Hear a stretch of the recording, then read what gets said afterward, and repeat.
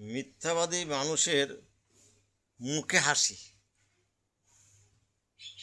মিথ্যা মানুষের জনপ্রিয়তা বেশি, সস্তা জিনিসের কদর বেশি।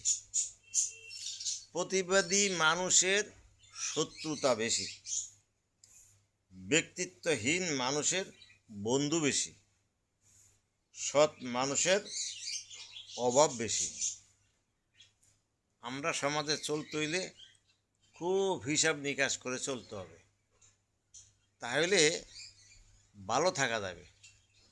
অনেক ভাই ব্যবসা বাণিজ্য করে লক্ষ লক্ষ টাকা খুয়াইছে, তার মানে এমনভাবে ছলা করা মধু কথা বলে টাকা নিছে, যেই মাল দেওয়ার কথা দেয় না, উল্টা বাইলে সে ফলা নিতে থাকে। আমার জানা মতে অনেক অনেক মানুষ এইভাবে নষ্ট হয়েছে।